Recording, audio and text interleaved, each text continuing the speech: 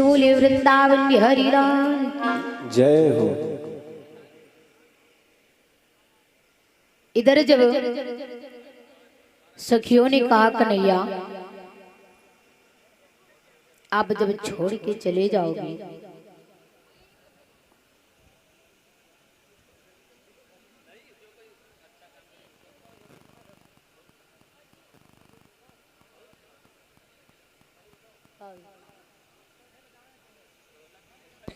हमारे ढोलक वाले भैया राजा जी के लिए नारायण भैया की तरफ से 51 मुद्राओं का प्रोत्साहन आया है और नारायण भैया का कहना है कि खाली राजे भैया मेहनती हैं। धन्यवाद आपका। श्री राधे।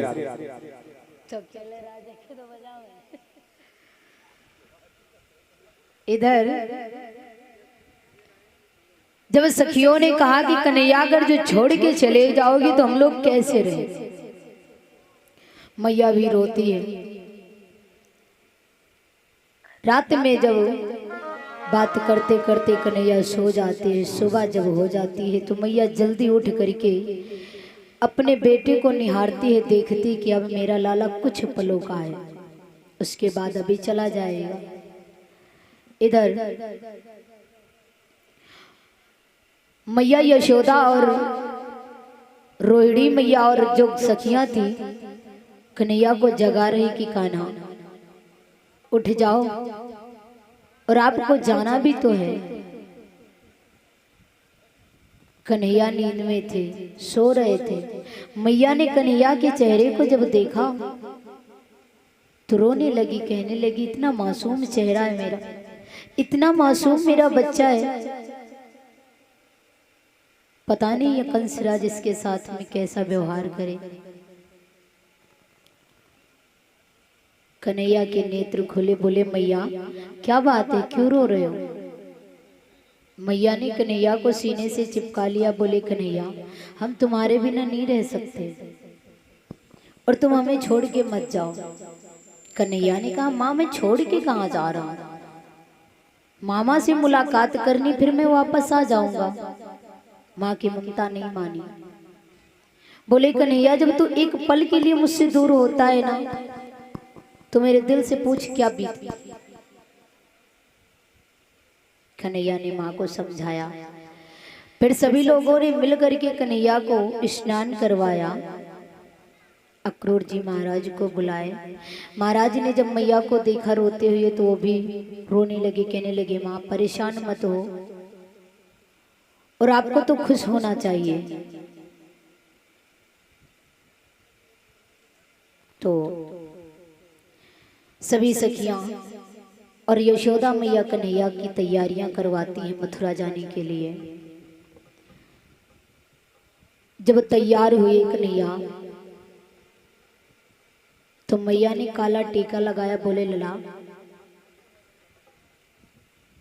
तो अब मुझे छोड़ के मत जा, तो जितना ही समय करीब आता है उतना ही मेरा मन बहुत घबरा रहा है। कन्हैया हंसने लगे, माँ तू मेरे हृदय में बसी हुई है और तुझे किस बात की फिक्र है, तेरा लला तो तेरे सीने में बैठा हुआ है, जब पुकारोगी तब हम आ जाए। इधर तैयार होके जब सब लोग कन्हैया को गांव के बाहर छोड़ने चले तो 2-4 सखियां रास्ते में मिली और कन्हैया का रास्ता रोक लिया। बोले कन्हैया तुम कहाँ जा रहे हो। बोले मथुरा जा रहा हूं, परसों आ जाऊंगा। तो सखी ने कहा कि कन्हैया ऐसा ना हो कि तू परसों के बजाय बरसों लगा दे। बोले नहीं। तो एक सखी बोली कन्हैया कि मैं लेटू रथ के नीचे ओ नटवर नंद किशोर, ऊपर है तेरा हाथों जाओ मथुरा की ओर।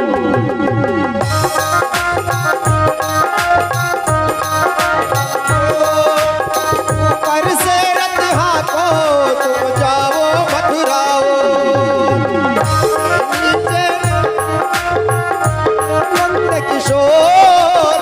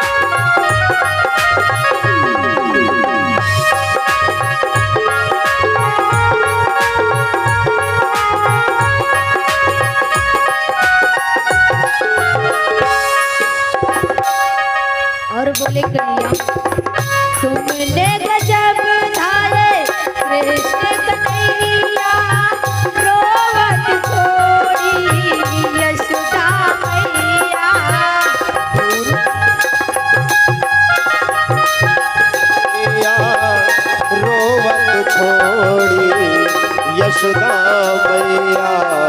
तुमने गजब धारे कृष्ण कन्हैया, रोवत छोड़ी यशोदा मैया तुम तो हो बड़े निर्मोही, जय हो।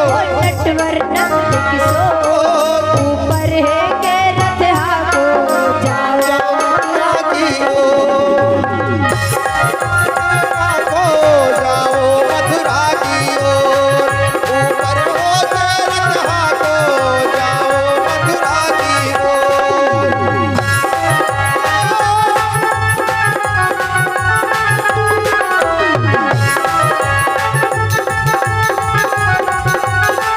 हरि बोल।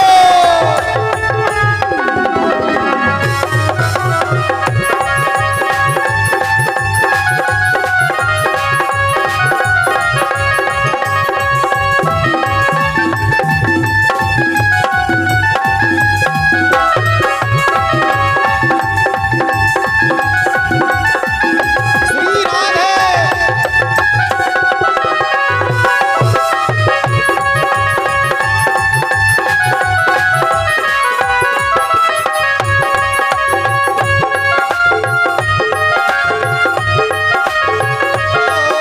ऊपर हो के रथ हाको जाओ मथुरा की ओर।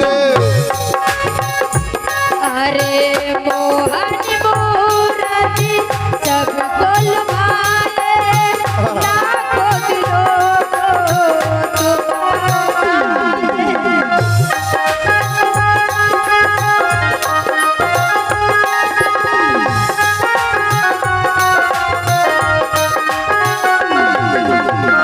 मोहन मूरति सबको लुभाए, लाखों दिलों को तुम अपनाए।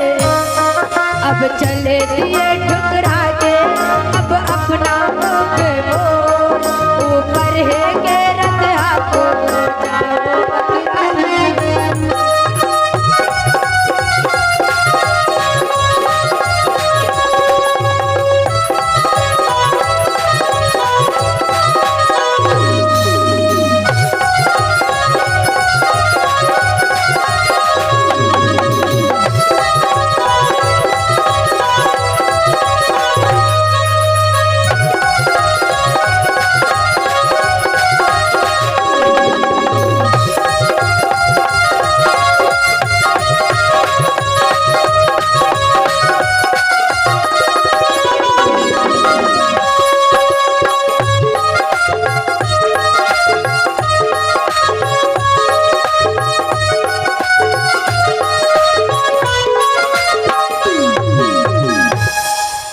जिस समय पे कन्हैया से सखियों ने कहा कि कन्हैया आप मेरे ऊपर से रथ हाँक ले जाओ, लेकिन अब हमसे बर्दाश्त नहीं होगा।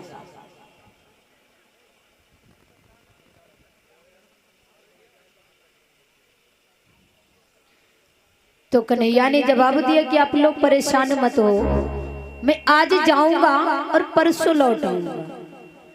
सखियों ने कहा कि मुझे भरोसा नहीं है तुम्हारी बातों पे कन्हैया, क्योंकि बता तो जा रहे हो लेकिन परसों के बजाय बरसों लगा दोगे। कन्हैया ने कहा नहीं। मैया को समझाया और सखियों को समझाया, कुछ दूर आगे और बढ़े।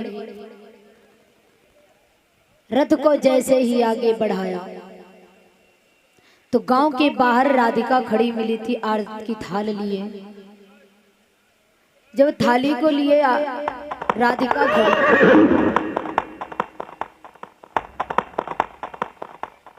तो कन्हैया ने जब राधा को देखा तो खड़े हो गए, रथ को अपने रोक दिया। राधा चंदन और आरती की थाल लिए थे।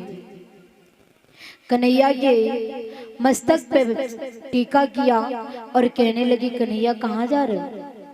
बोले, मैं मथुरा जा रहा हूँ, आज जाऊंगा और परसों आ जाऊंगा।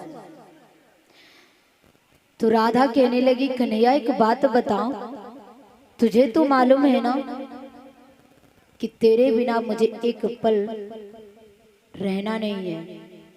हम कैसे रहेंगे तुम्हारे बिना? कन्हैया कहने लगे परेशान मत हो राधा, हम आ जाएंगे।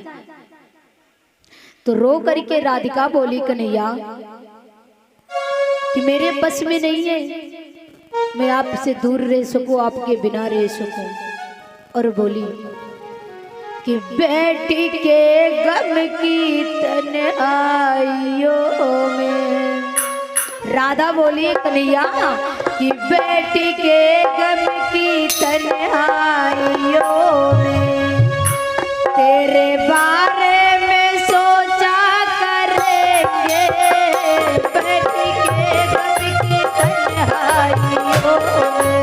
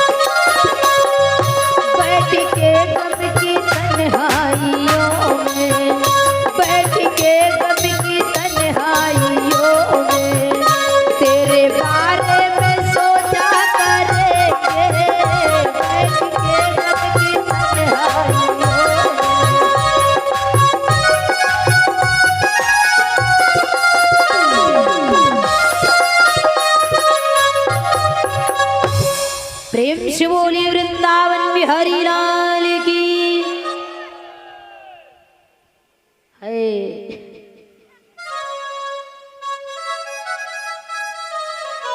आज मैया हमारी, हमको लगता पूड़ी पटुआ ज्यादा खा ले हैं। बेचारी कुछ भूखी बैठी होंगी दिन भर से, कहाँ खाना नशा कर रहा है इस समय। तो इधर जब राधिका ने कहा कन्हैया तुम्हें तो मालूम है तुम्हारे बिना कैसे रहे। कन्हैया कहने लगे राधा परेशान मत हो, हम आ जाएंगे। कहने लगे राधा जो चंदन टीका लियो ये चंदन हमें कर दो और खुशी खुशी से यहाँ भेजो ताकि हम उधर से वापस आ जाएं जल्दी। मेरा भी मन नहीं लगेगा अगर जो तुम उदास रहोगी। कन्हैया ने राधिका से टीका करवाया। राधिका ने आरत उतार ली कन्हैया की और कहने लगे जाओ कन्हैया लेकिन जल्दी आ जाना। अक्रूर जी महाराज रथ को आगे बढ़ा दिए,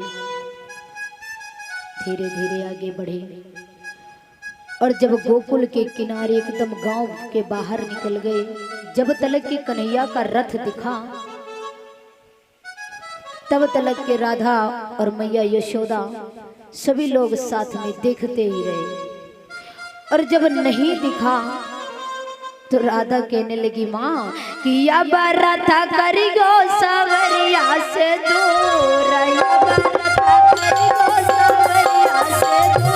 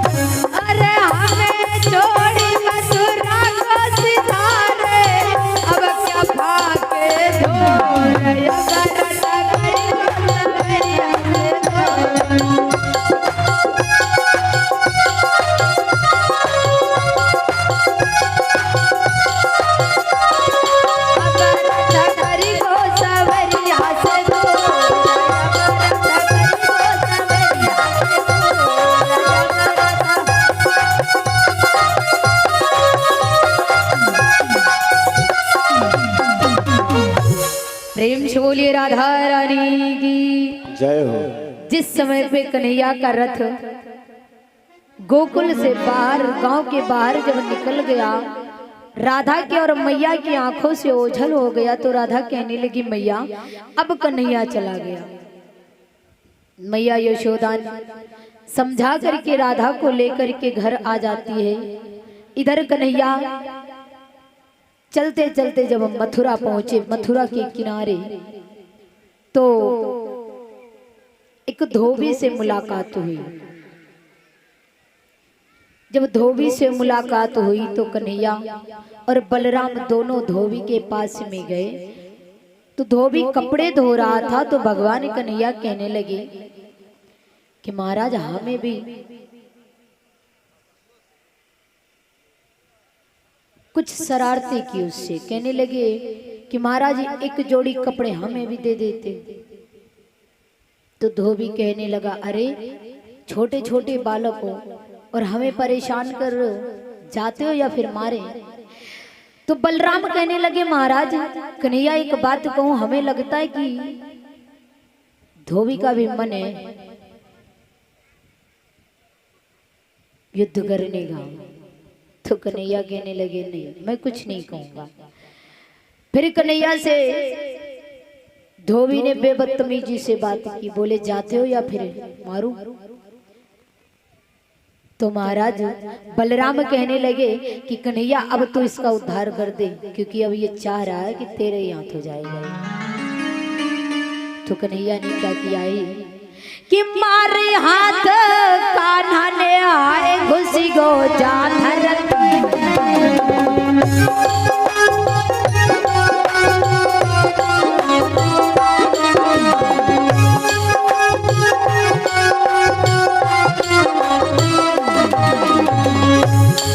अरे कृष्ण कन्हैया को नाम लेके बोलो है धोबी।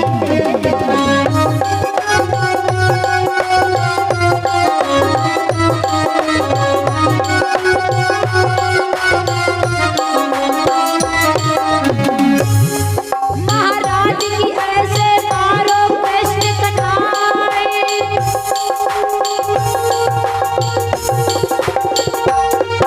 और जहाँ पे धज गो धोबी वहाँ से पानी भैया हरि हर बोलो हरि माता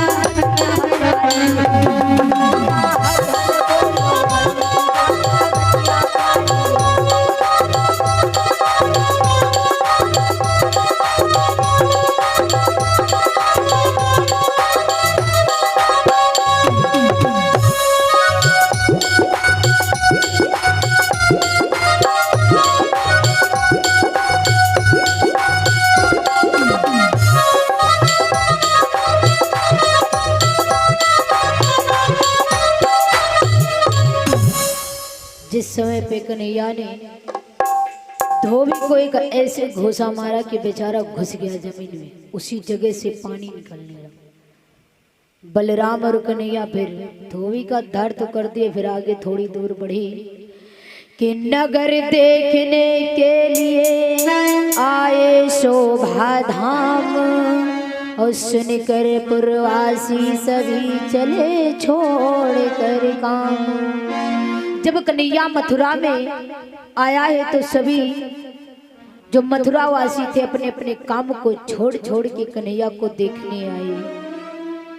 जब कन्हैया बीच मथुरा में मिले तो उनको कुब्जा मिली। कुब्जा जब मिली है तो कन्हैया को निहारने लगी, देखने लगी। तो कन्हैया ने जब देखा तो कुब्जा से बोले, अरे सुंदरी आप कहाँ जा रही हैं? तो कुब्जा को गुस्सा आ गया।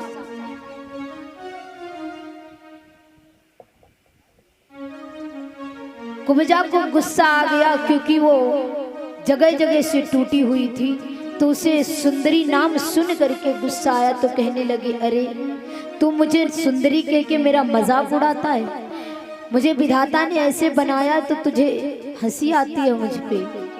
तो कन्हैया ने कहा, नहीं, लेकिन मैं इतना ही तो पूछता हूं कि आप कहाँ जा रही हैं?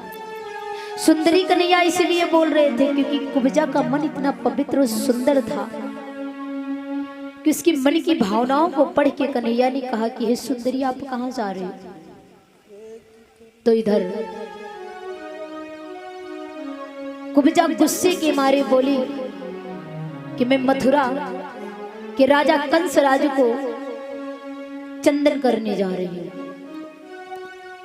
तो कन्हैया कहने लगे, अरे आप चंदन महाराज कंस को करने जा रहे हैं? बोले हाँ।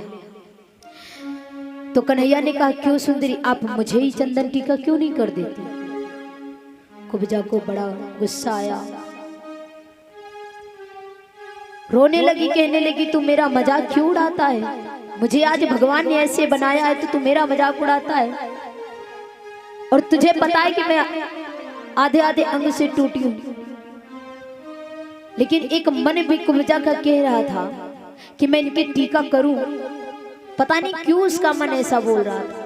उसे आभास हो रहा था कि शायद ये चंदन कहीं अच्छी जगह पे लगे।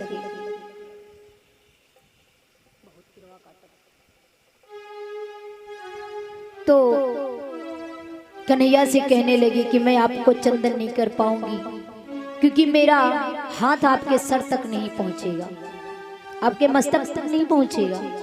तो कन्हैया ने कहा कोशिश करो, सब हो जाएगा। तो कुब्जा कहने लगी कैसे मैं कोशिश करूं, मुझे तो पता है कि मैं कुछ नहीं कर पाऊंगी, क्योंकि मेरा शरीर जो है जगह जगह से टूट।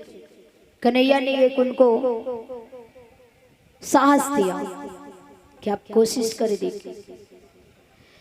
तो कुब्जा ने चंदन को उठाया और कन्हैया के मस्तक तक धीरे धीरे हाथ लेके जा रही थी, लगाने जा रहे थे, लेकिन फिर भी कन्हैया से कहा मैं नहीं पा सकती आपका मस्तक। तो कन्हैया ने कहा थोड़ा और कोशिश करो, कोशिशों में सब काम सफल होता है। तो जैसे ही कुब्जा ने कन्हैया के मस्तक पे हाथ ले जाने लगी, तब तलक के कन्हैया ने क्या किया है कि धर दई हाथ सर पे, हाय कुब्जा सीधी हुई जाए।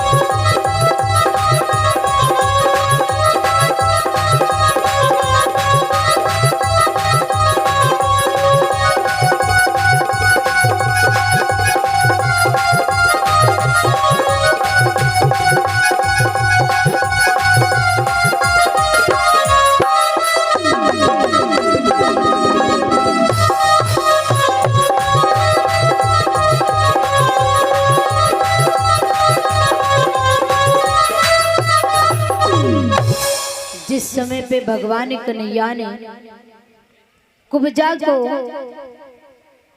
अच्छा कर दिया, तो कुब्जा इतनी खूबसूरत हो गई, इतनी खूबसूरत हो गई कि कुब्जा ने जब अपने शरीर को देखा तो इतनी मगन हो गई कि क्या बताएं। कुब्जा भी कन्हैया के आशीर्वाद से ठीक हुई थी ना, तो उसकी भी सुंदरता का कोई वर्णन नहीं किया जा सकता। सभी नगरवासी देख रहे थे और ये सूरज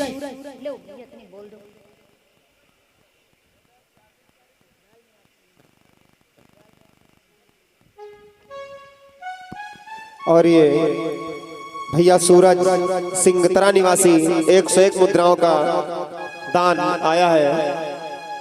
भगवान इनका कल्याण करे, अन्न धन भंडार भरते रहे। और ये भैया अनूप जो कि इसी धाम से हैं, इन्होंने भी 21 मुद्राओं का दान किया है। भगवान इनका कल्याण करे।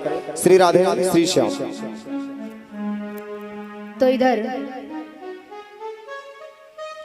कुब्जा इतनी खूबसूरत थी कि उसकी भी खूबसूरती का वर्णन नहीं किया जा सकता था। कि थी जो चंद्र बदन उजियारी,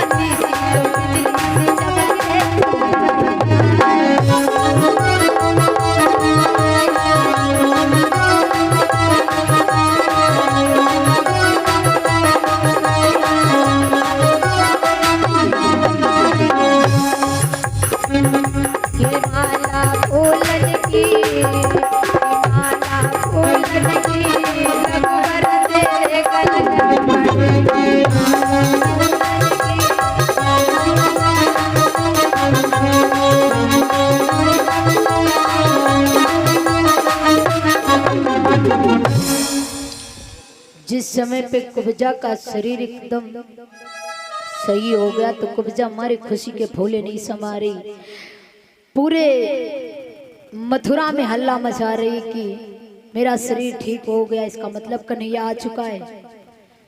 सारे नगरवासी देखने आए, सब लोग देख रहे कि वाह क्या जोड़ी है। बलराम और कन्हैया साथ में घूम रहे थे। कुब्जा प्रभु के गुण गा रही कि वारे परमात्मा, तेरे टीका करके मेरी आत्मा को भी संतुष्टि मिली और मेरे शरीर के भी सारे रोग हट गए। कन्हैया थोड़ा और आगे बढ़े, कंसराज को पता चला कि कन्हैया आ गया है, तो उन्होंने अपने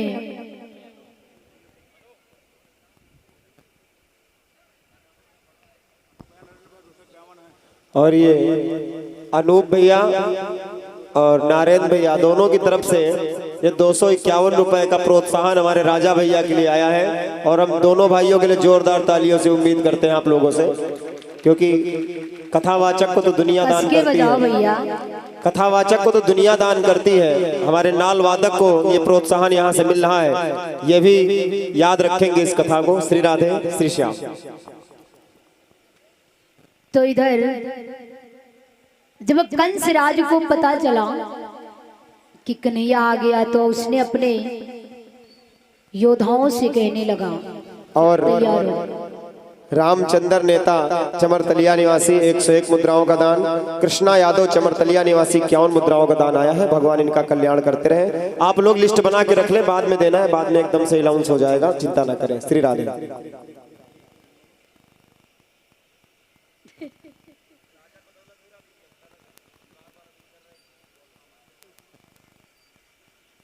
याद रखे कुछ हिसाब में दूसरी बात जहाँ बोला वो पूछा। तो जब कंसराज को पता चला तो अपने योद्धाओं को भेजा, कहने लगे जाओ तैयार रहना, सभी लोग आ चुका है। तो सबसे पहले जब कन्हैया कंसराज के पहले गेट में प्रवेश किया तो कंसराज ने अपने हाथियों को छोड़ा।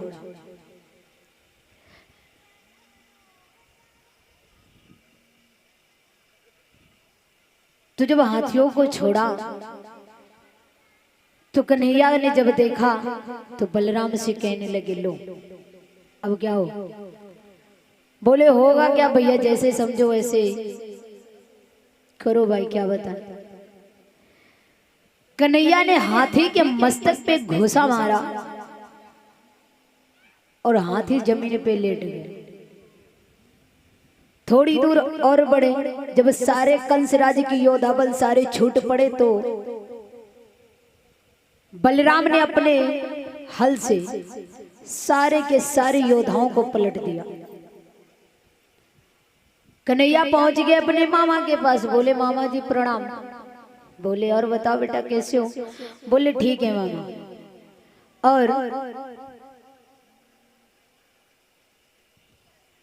तो इधर जब बताया कि मामा हम तो ठीक है लेकिन अपना बताओ। मामा बोले मैं भी ठीक हूँ बेटा, मेरा मन करता है कि मैं आपको गले लगाऊं।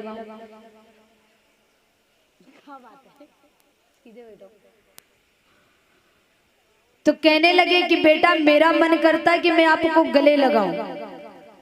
तो कन्हैया कहने लगे विलंब किस बात की?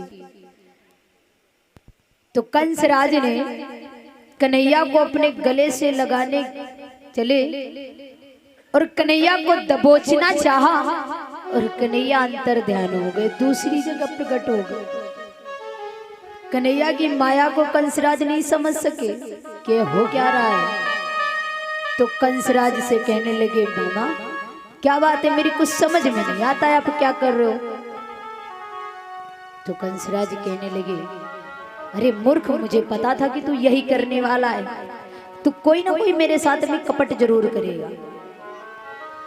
तो कन्हैया हंस के बोले मामा कि मैं सीधी सादी बात करूं तो उल्टा बकता जाता है।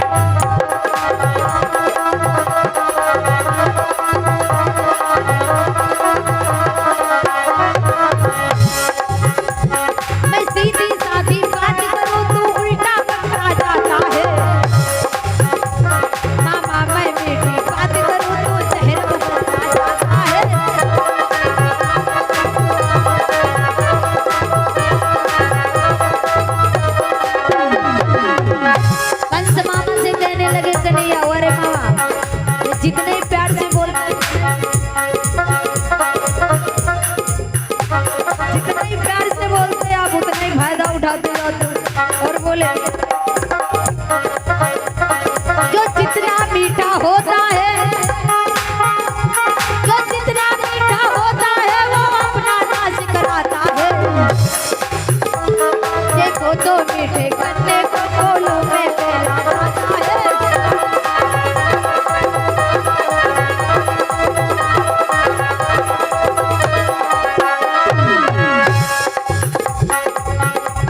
जो जितना मीठा होता है वो अपना नाश कराता है। देखो तो मीठे गन्ने को फूलों में फैलाता है।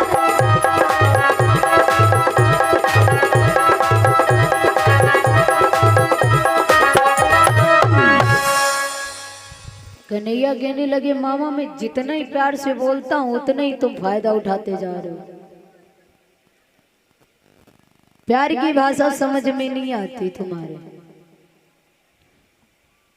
कन्हैया की बातों को सुना तो कंसराज को और गुस्सा आ गया। बोले बड़े मूर्ख इंसान हो तुम। तो कन्हैया बोले सुनो मामा,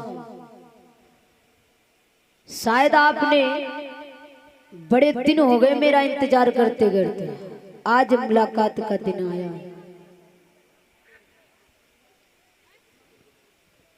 तो कंसराज बोले कि कन्हैया सब बातें छोड़ो और गुस्सा शांत करो, मैं जो कहता हूं वो करो। बोले बताओ। तो कंसराज बोले कि पकड़ के बाहे का नहीं आकी, अरे मेरे भैया ले जा ले तो दिल भरेगा।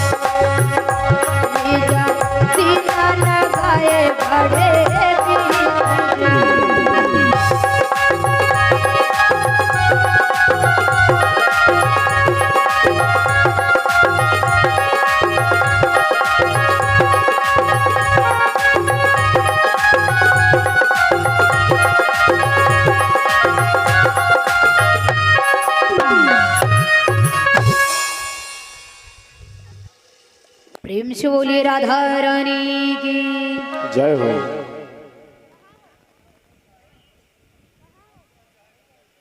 तुम लोग जितना बातें करते हो ना उतना कुछ और काम नहीं करते।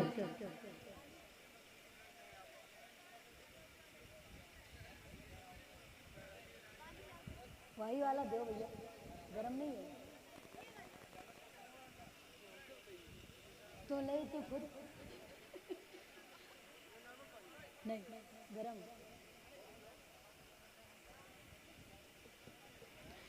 तो इधर कंसराज ने कन्हैया को पास में बिठाया और कहने लगे बेटा अब सारी दुश्मनी भूल जाओ और मेरे पास में बैठो जरा। क्योंकि कंसराज भी कन्हैया के साथ में छल कर रहे थे। तो इधर कन्हैया से कहा है कि हे कन्हैया आओ मेरे सीने से लग जाओ। कन्हैया फिर से जैसे ही कन्हैया को दबोचना चाहा कंसराज ने, कन्हैया फिर से अंतर ध्यान हो गए दूसरी जगह। इधर क्या हुआ, जब इसी तरीके से वार्तालाप चलता रहा कन्हैया और कंसराज में 21 दिन तक लड़ाई चली। 21वें दिन पर कन्हैया के हाथ में कंसराज आ पाए। इधर क्या किया कि जब कन्हैया ने कंसराज को दबोच लिया तब उसे अपनी मौत का एहसास होने लगा। इधर क्या होता है, अरे पकड़ी कलाई कान्हा ने आए कंस की तब जाई।